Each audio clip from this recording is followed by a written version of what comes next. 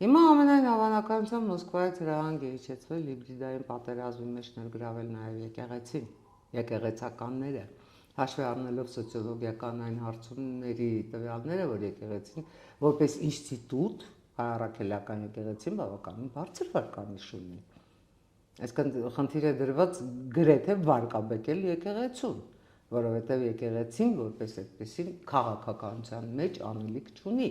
եւ միանգամայն սխալ էր նաև Վեհապարի Փաշինյանն է ցանկանում վարկաբեկել։ Ես չեմ կարծում Նիկոլ Փաշինյանն է ցանկանում վարկաբեկել, վարկաբեկվում է հիբրիդային պատերազմի շրջանակներում, որը հրահրում է Հայաստանի Հանրապետության սահմաններից դուրս։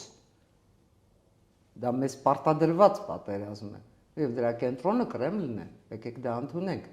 որովհետեւ այս ամբողջ ընթացքում Կրեմլը ձգտում էր Հայաստանի Հանրապետությունում իշխանափոխության, Հայաստանի Հանրապետությունը Բելարուսի կարգավիճակի հասցնելու